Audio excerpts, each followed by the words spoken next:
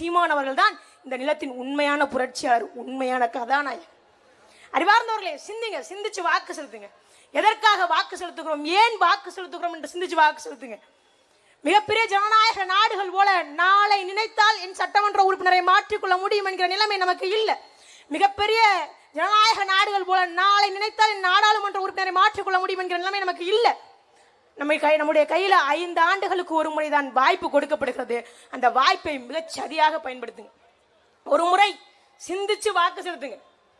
உங்களுடைய வாக்குதான் அடுத்த 5 ஆண்டு கால வாழ்க்கை.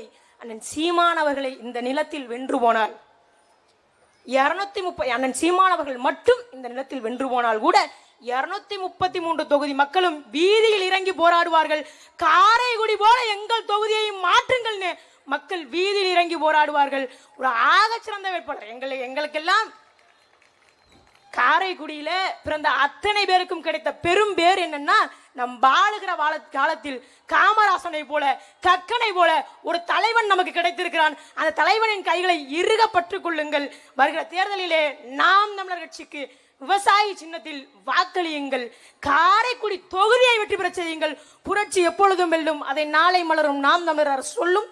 இலக்கு ஒன்றுதான், இனத்தின் விடுதலை. இனம் ஒன்றாவோம், இலக்கை வென்றாவோம். நன்றி, வணக்கம். நாம் தமிழர்.